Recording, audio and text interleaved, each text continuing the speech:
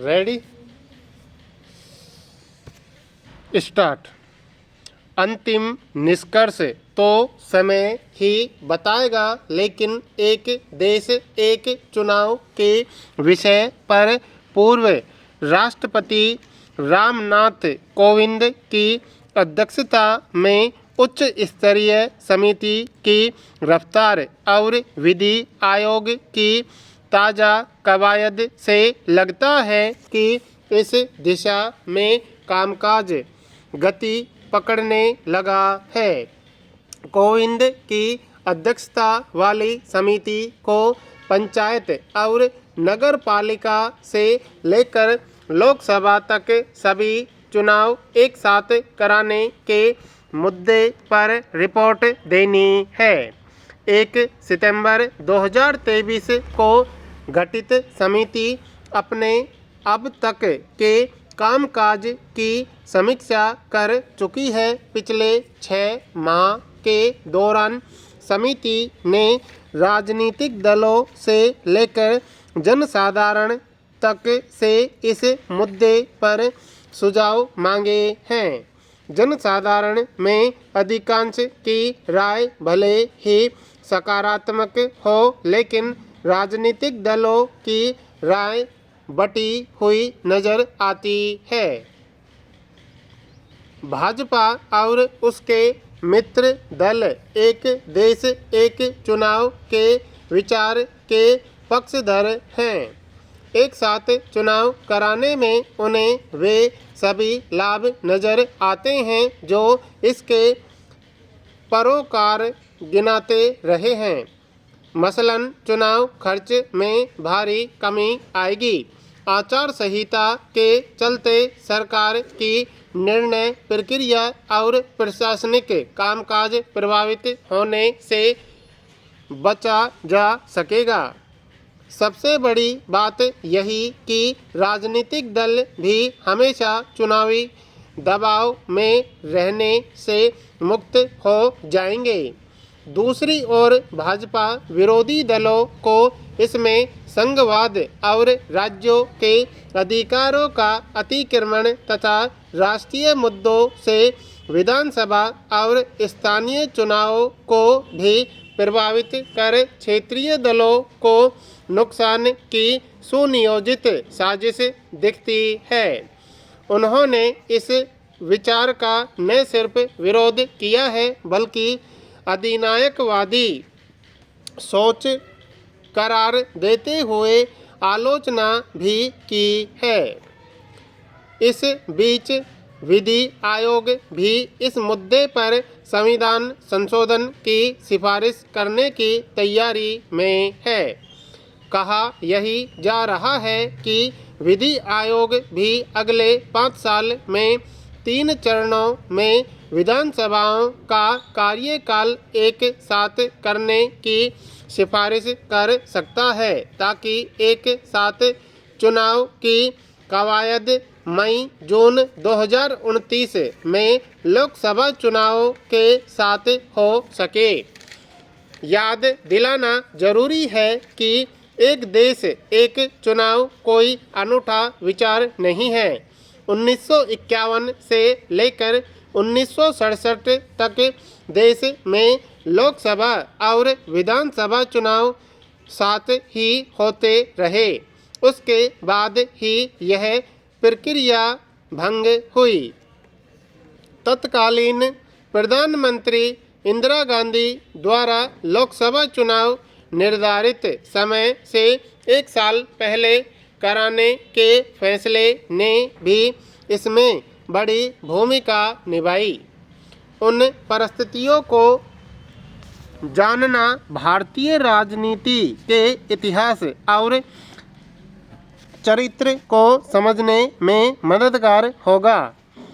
कांग्रेस के वर्चस्व को चुनौती देने के लिए गैर कांग्रेसी दलों में 1963 से ही शुरू हुई तालमेल की कवायद का परिणाम यह निकला कि 1967 में कुछ राज्यों में संयुक्त विधायक दल की सरकारें बनी।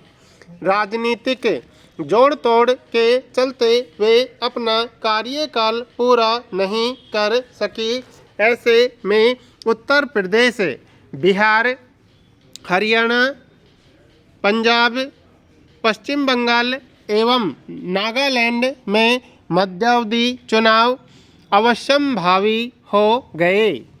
कमोबेश उसी समय कांग्रेस में सत्ता संघर्ष चल रहा था।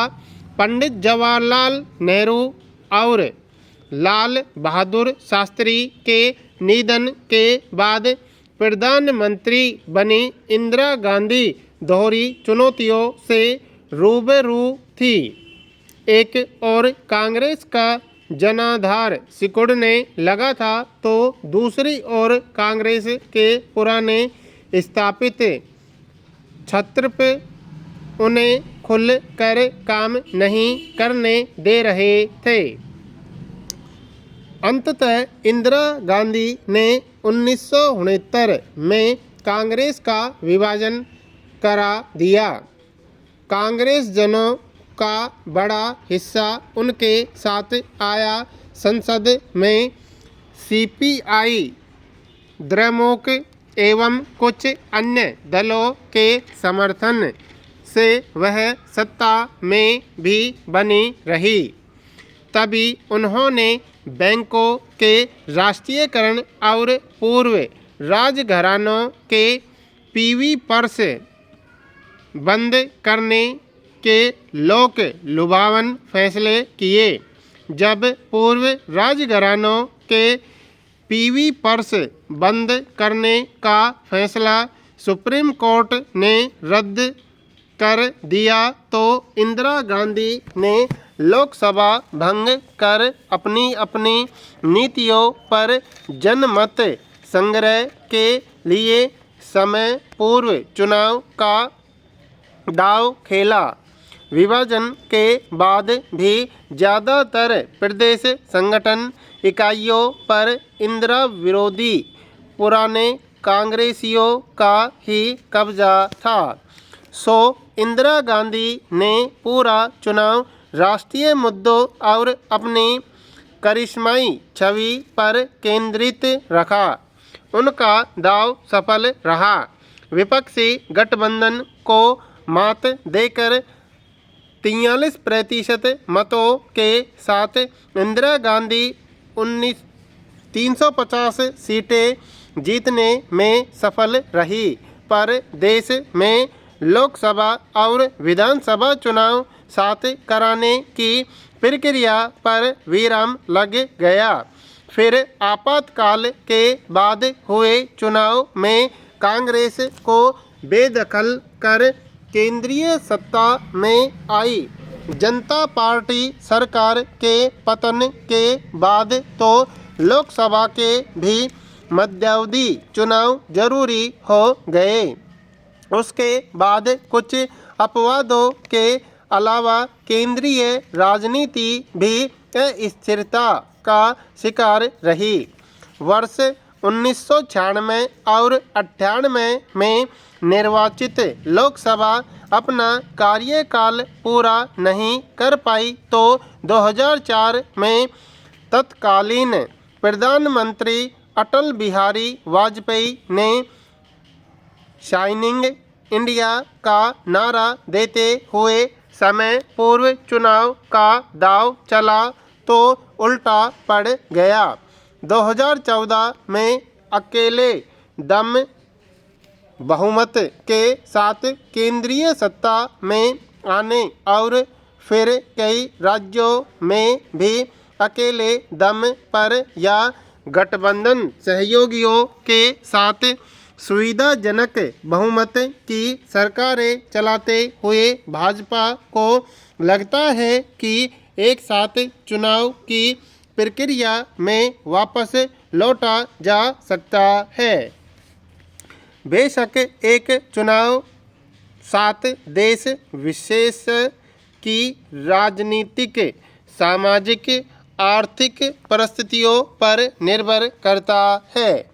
इसमें दो राय नहीं कि एक साथ चुनाव से खर्च काफ़ी घट जाएगा। आचार संहिता के दौर में प्रशासनिक शिथिलता भी देर तक नहीं रहेगी।